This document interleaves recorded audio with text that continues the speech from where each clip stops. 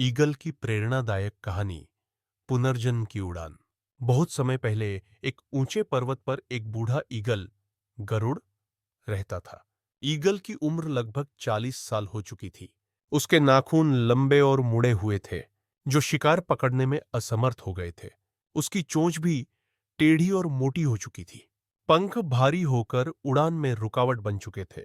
अब उसके पास दो ही रास्ते थे। या तो वह धीरे धीरे मर जाए थी, या फिर एक दर्दनाक प्रक्रिया से गुजरकर खुद को नया जीवन दे। ईगल ने दूसरा रास्ता चुना। वह एक ऊंचे और शांत पहाड़ पर गया। वहां उसने चट्टान पर बार बार अपनी चोंच मारी, जब तक कि वह टूट नहीं गई। फिर उसने इंतजार किया जब तक नई चोंच नहीं आ गई। नई चोंच आने के बाद उसने अपने पुराने नाखूनों को निकाला। फिर नई चोंच से उसने अपने भारी पंख नोच डाले। इस पूरी प्रक्रिया में कई महीने लगे, लेकिन जब सब कुछ नया हुआ, या फिर एक दर्दनाक प्रक्रिया से गुजरकर खुद को नया जीवन दे, ईगल ने दूसरा रास्ता चुना। वह एक ऊंचे और शांत पहाड़ पर गया।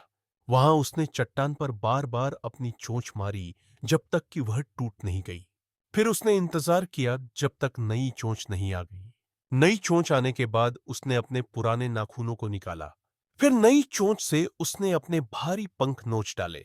इस पूरी प्रक्रिया में कई महीने लगे, लेकिन जब सब कुछ नया हुआ, तो ईगल फिर से 30 साल की एक नई जिंदगी के लिए तैयार हो गया। सीख। मोरल। सईश काम येंद्यो। परिवर्तन जरूरी है, भले ही वह दर्दनाक हो। बिना बदलाव के आगे बढ़ना नामुमकिन है।